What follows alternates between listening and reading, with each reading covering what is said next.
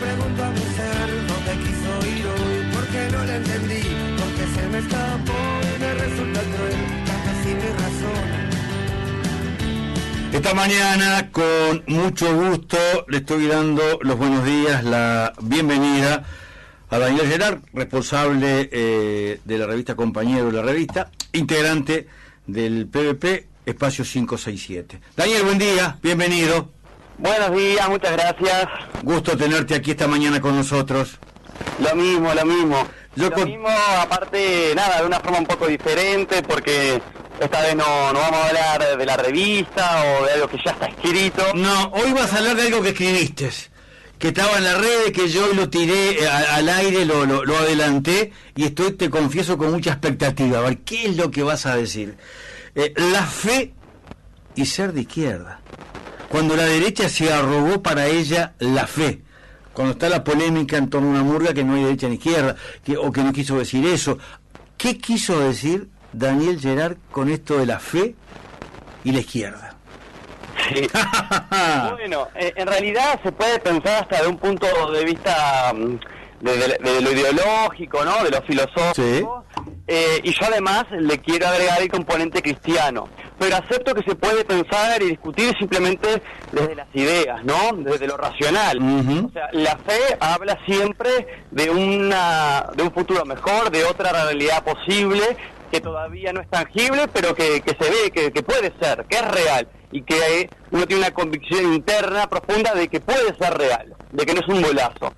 Y la derecha en realidad siempre habla de status quo, de lo que funciona realmente, aunque no sea racional, pero que funciona. Entonces ya desde un punto de vista, sacando lo espiritual, fe y derecha no se dan muy bien de la mano, ya de por sí.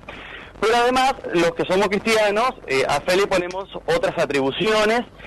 Y en realidad, a escuchar a Verónica Alonso últimamente y toda esta cuestión de algunas iglesias, más allá de las instituciones, ¿no? De orientación neopentecostal, y qué es lo que predican, me parecía necesario como parar la mano y decir, está bien, esto puede ser la vivencia de algunos, pero vamos a discutirlo un poquito más y vamos a mostrar otras vivencias.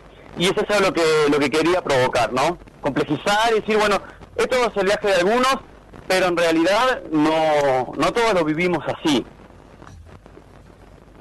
¿Por qué no todos lo vivimos así, mi estimado Daniel?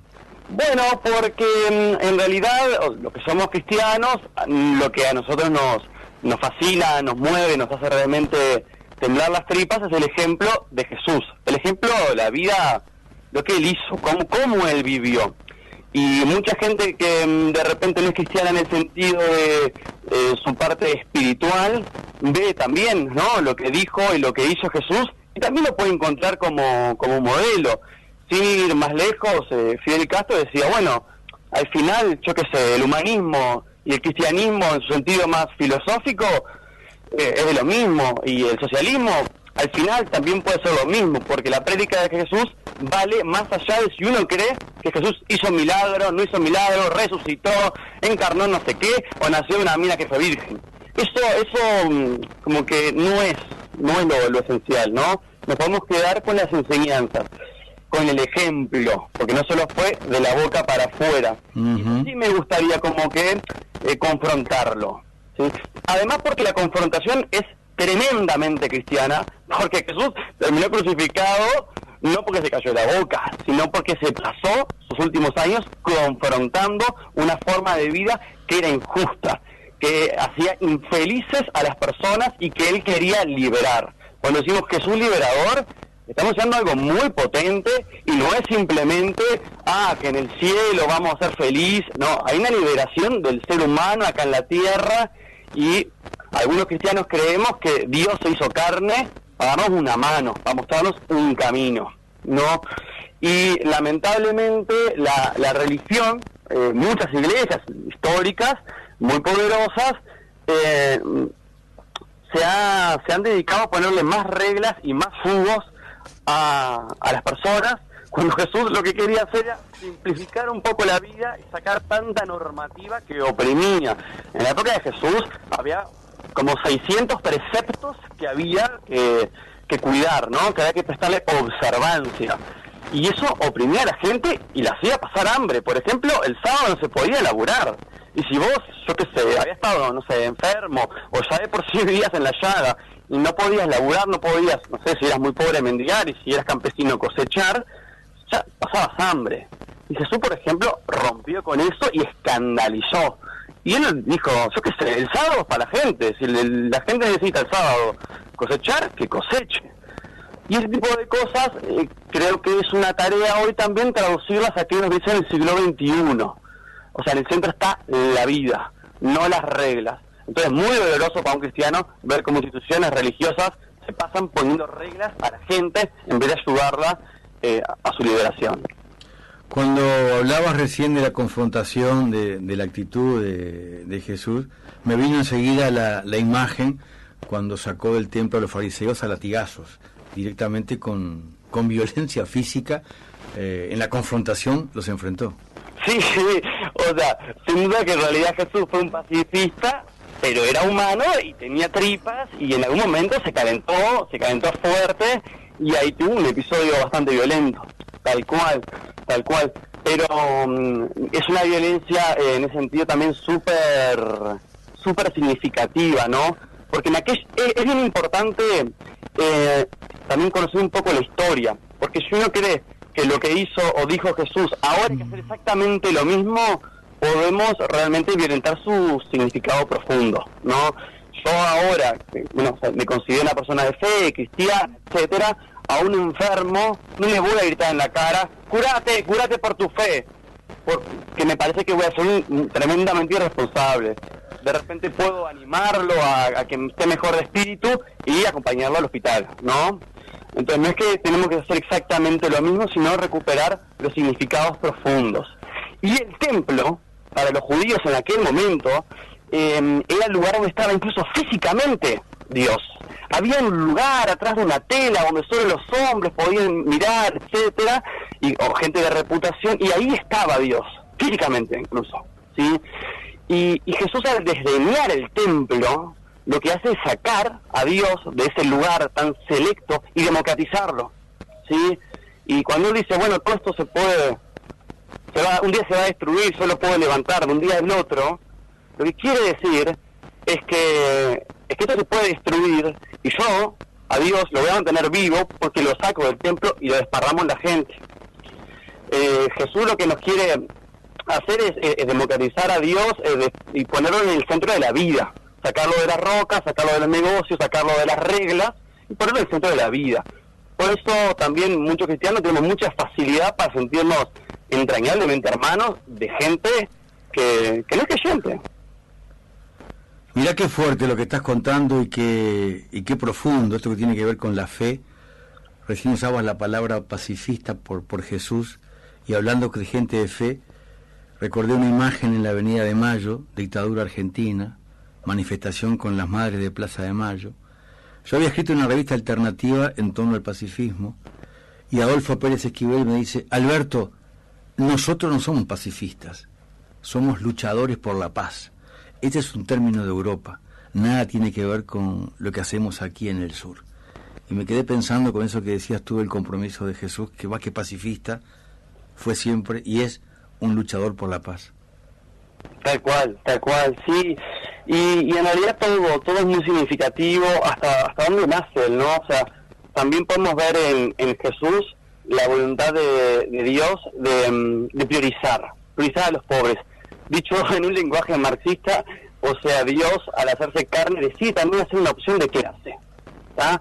Él decide nacer en un establo, en una familia de migrantes, también un gran símbolo para estos tiempos, claro. Gente que no tenía dónde caerse muerta, gente que venía siendo rechazada, que tenía que movilizarse, buscar un lugar y se venían cerrando las puertas uno tras otro y consiguieron un establo y ahí nació para nosotros nuestro hermano mayor, ¿no? Después es carpintero, es un laburante, podría tener un montón de otros oficios, pero bueno, Dios decide ser carpintero y después decide predicar sobre todo a la gente más sencilla, ¿sí? Y en un momento, en un pasaje bíblico muy lindo, Jesús le agradece a Dios, gracias Padre, porque tú quisiste mostrarle esto O sea, esta verdad de la fraternidad, de ser buen vecino, ¿verdad? Buena persona. Esto que es el tesoro de lo divino, de lo sagrado en el mundo, se lo quisiste mostrar a los sencillos. Y así te pareció bien. Entonces, si bien Jesús también invita luego a otra gente de otros extractos sociales con mala reputación, también, su prioridad es clarísima. ¿Sí? La gente sencilla. Y hoy cuando uno ve, bueno, a algunas iglesias muy antiguas, enquistadas en ciertos sectores sociales, y dice, uy, pobre Jesús en su nombre, esto, ¿verdad? La utilización de una imagen. Totalmente. Es como, y lo que él vino a romper y destruir, ¿verdad? Que era una forma de relacionarse con Dios a través de cadenas. Bueno, después en su nombre como que la institucionalidad, el bicho humano, ¿no? Porque tampoco vamos a echarle toda la culpa a una institución, el bicho humano terminó reproduciendo lo mismo. Mirá que por dónde arrancó la charla, con qué profundidad este sábado, para quedarnos pensando luego a lo largo de la semana. Daniel Gerard del PDP, redactor responsable de la revista Compañero, integrante de este espacio 567, que a propósito de la fe y ser de izquierda, ha estado en la semana en las redes pensando, y que nos honra esta mañana amplificando ese pensamiento, en un momento donde, Daniel, tú estás en una suerte de retiro. Sí, bueno, eso es una casualidad. En realidad yo arranco a laburar el lunes, y entre las vacaciones y digamos la playa y eso, y arrancar el laburo, nada, me dejé unos días para poder hacer retiro, que es una forma también de contemplar la vida de otra forma, de volver a la fuente de lo que a uno lo anima, ¿no? Volver a repasar la vida de Jesús, por más que, parece como que siempre hablamos de los mismos versículos y de buen samaritano y de no sé qué, conectar eso y ver qué eso tiene que ver con tu vida, es una tarea que los cristianos tenemos que hacer permanentemente, ¿no? Para que sea significativo hoy en mi vida. Esto no es una linda historia de amor de hace 2000 años, y también mis propias contradicciones, mis propias violencias, mi propia mierda. Revisar la vida para poder ser lo más coherente, para ser feliz. Tampoco es que uno quiere ser Superman, uno quiere ser feliz, y para eso tiene que ser auténtico y ver qué está haciendo y cómo lo quiere hacer. Eso es un retiro. Y en ese retiro, en esa reflexión, en ese encontrarse con la fe, con Jesús y contigo mismo, ¿con qué más te has encontrado? Bueno, en realidad... ¿O te has reencontrado? Sí, es un permanente reencontrarse. En realidad una de las cosas que también me vinieron como que ganas de compartir a los oyentes, tiene que ver con algo que es bien íntimo de las personas, y que yo creo que se han, no sé si decir, o manipulado, o hay gente que capaz que auténticamente lo vive de forma muy diferente, pero me parece que lo que hace es adaptar sus propios, o sea, lo que dice la palabra, a sus propias formas que ya tenía antes configuradas y pensadas, y le meten a Jesús al final cosas que nada que ver, ¿no? Y esto me refiero a la imagen de familia que ahora parece que es la familia correcta y cristiana, y también la forma de vivir la sexualidad. Capaz que me estoy yendo un poco... Qué temas delicados y complejos esos, ¿eh? Sí. A ver cómo lo presentás. Con mucho respeto quiero decir que es lo que yo, y hablando con otros hermanos, también encontramos cuando nos acercamos a la fuente, que al final es el Evangelio. No tenemos, digamos, forma más directa de conocer a Jesús que lo que otros escribieron sobre lo que vieron y escucharon de él. La familia. Sin duda que, la familia es un... Hugo Core decía, es la patria chica del corazón, ¿sí? Y es bien importante, pero, le voy a poner un gran pero, si nos da vida, si nos hace bien. No es un mandato divino, o sea, Dios quiere que seamos libres, que seamos felices. Si para eso la familia nos da vínculos sanos y nos sirve para ser felices, conservémosla y querámosla. Y Jesús, si uno ve, Jesús se va de su familia y empieza a caminar por ahí a predicar, y en un momento, según los propios evangelios, su familia viene a llevárselo porque lo creen loco. Entonces, además, gente que los siguió a él tuvo que dejar a su familia para poderlo seguir a él. Entonces, la familia sí, como cualquier vínculo que nos hace bien, que nos contiene y con los que podemos compartir la vida. No como un mandato religioso, porque de hecho no fue lo que hizo Jesús en sus últimos tiempos. Es cierto que Jesús en la cruz le dice, sí, a Pedro, bueno, acá tienes a tu madre, y a la madre, bueno, aquí tienes a tu hijo.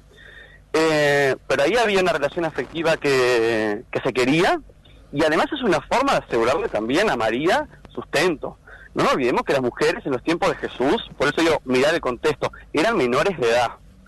Entonces, las veces que Jesús, digamos, liga a mujeres a algún hombre, tienen que ver con su seguridad social. Si un hombre dejaba a su mujer y se las tomaba y la mujer quedaba sola, que ya nadie más iba a casar con ella, pues era abandonada, quedaba no socialmente, digamos, pegada, estaba después destinada a la mendicidad o a la prostitución. Entonces, hay una especie de feminismo en ese contexto de defensa de la mujer, para que no quede regalada, ¿sí? Y después, con respecto a la sexualidad, acá me llama mucho la atención cómo algunas líneas del cristianismo, hoy también presentes en el Parlamento, tienen como cruzada libertadora cristiana estar en contra de la homosexualidad, de cualquier tipo de diversidad sexual, ¿no? Que no sea la heteronormada. Y repasando el Evangelio, no encontré una sola línea que condene la homosexualidad, ni siquiera que se refiriera realmente a la sexualidad. Jesús en esto guardó un perfecto silencio. Y eso es, digamos, su grito mayor. En esto Jesús no se metió, lo dejó para cada uno su forma de amar y su forma de vincularse sexualmente. Además, se rodeó con prostitutas, o sea, no era un tema tampoco tabú para él, no era algo de la sexualidad que le generó rechazo. Y hay alguna carta del apóstol Pablo que sí condena la homosexualidad y que sí tiene, digamos, cuestiones así de la familia, más bien patriarcal, ¿sí? Pero Pablo, que nada, fue un creyente muy fiel, etcétera, en realidad no conoció a Jesús, ¿sí? O sea, Jesús fue crucificado, Pablo se puso a perseguir cristianos, y luego en algún momento le pasa algo salado en su vida, como, no sé, se encuentra con Jesús de alguna forma, no tengo ni idea cuál, llamarle luz, llamarle las tripas, llamarle lo que sea, más místico o más terrenal, y termina siendo un difundidor de la existencia y la resurrección de Jesús. Pero no pudo conocer al Jesús histórico, y todavía no estaban los evangelios escritos, entonces tampoco pudo escuchar qué es lo que Jesús había dicho. Entonces, si bien anunció a Jesús y formó comunidades y desparramó lo que había sido la experiencia de Jesús en todo el Mediterráneo, no conocía a Jesús histórico, y bueno, en sus cartas también se le fueron sus propios valores y formas que ya tenía desde antes. Pero si leemos los 4 evangelios, no hay referencias que condenen la homosexualidad, ni que hablen mucho sobre la sexualidad en general, ¿no? ¿Qué tema Daniel, que traes esta mañana aquí a la rueda? En momentos que la homosexualidad está en el Parlamento, como tú bien lo planteas, en momentos que un diputado, aquí nomás en la frontera en Brasil, abandona su país por su condición de homosexual, su miedo a que lo maten. Totalmente. Mira, yo en realidad no quiero convencerle al diputado Astegui ni a nadie que cambie su forma de pensar. Lo que sí pido, así como cristiano, es no mezclen los temas. Esos son tus valores. No es un tema sagrado, ¿no? O sea, que no le pongamos en boca del pobre Jesús cosas que nada que ver. En alguna medida siento que estás planteando una batalla cultural también con el tema de la fe entre la izquierda y la derecha, si me permitís una interpretación. Totalmente. A ver, podríamos haber arrancado diciendo Jesús era de izquierda por esto, esto y esto, pero tampoco es que, no sé, tampoco quiero como decir que estoy o adoctrinando o transformando la fe en votos, ¿me entendés? No me parece que... Lo que invito a la gente simplemente a ir a las fuentes, ¿sí? A tener una lectura histórica del Evangelio, o sea, que no salgan a curar gente gritando en la cara, fuera demonios, porque probablemente no le vaya muy bien. Nada, y a conocer, capaz que estudiara un poco más, ¿qué quería decir Jesús en ese tiempo con eso que dijo? ¿Sí? A ver, si uno lee ahora texto de, yo qué sé, de Artigas, y ya hay cosas que no entiende, porque en 200 años cambiaron muchas formas. Claro. Imagínate 2000 años, y encima de todo, en otra parte del mundo que nada que ver. Y encima de todo, con un montón de traducciones. Entonces, desentrañar el significado profundo requiere un esfuercito más que yo qué sé, leer aisladamente 2 pasajes bíblicos. Porque si solo haces eso, lo forzás y le haces decir cualquier cosa. Entonces nada, invitar a la cautela, invitar a no ser prejuicioso también. A veces en Uruguay como que ser cristiano y ser militante puede ser un poco hostil también, hay bastante prejuicio. Y nada, escuchar con el corazón abierto otras versiones, capaz que hoy un poco marginadas, pasadas de moda. En los 60 con la teología de la liberación había como que más aire, más margen para esto. Hoy un poco menos, tampoco me quiero lamentar ni nada, pero invitar a compañeros y compañeras a ver también otra dimensión profunda, humana, revolucionaria, liberadora de lo que fue la prédica de la vida de Jesús. Esta mañana invito a Daniel Gerard, que ha planteado una temática que no suele estar en la exposición pública, a que comparta desde su lugar de reflexión en lo previo a retomar con las tareas. Te paso un micrófono y tenés 2 minutos para una última reflexión. No, estoy acá en Melilla, como decía, de retiro. Yo trabajo también en lo social, en un proyecto socioeducativo, y nada, muy fuerte. Son experiencias duras que a veces también nos hacen enojarnos con Dios, ¿viste? La puta madre, ¿por qué la vida, que sale de esa energía amorosa que es Dios, es tan dura, tiene tanta mierda? Y bueno, hay que reconciliarse con la realidad, hay que intentar trascender esta duda, que yo creo que me la voy a llevar hasta la muerte, pero no es por eso perder la fe, ni en ese motor que a mí me lanza hacia la realidad, intentar transformarla y transformarme a mí, ¿sí? Ni vivir resignado también de tirar la toalla y claudicar. Simplemente cierro con eso. Mi estimado Daniel, gracias por haber compartido esta reflexión tan profunda esta mañana con nosotros. Bueno, gracias a ti por este ratito y gracias también a la derecha religiosa que nos ha obligado a salir con este tema.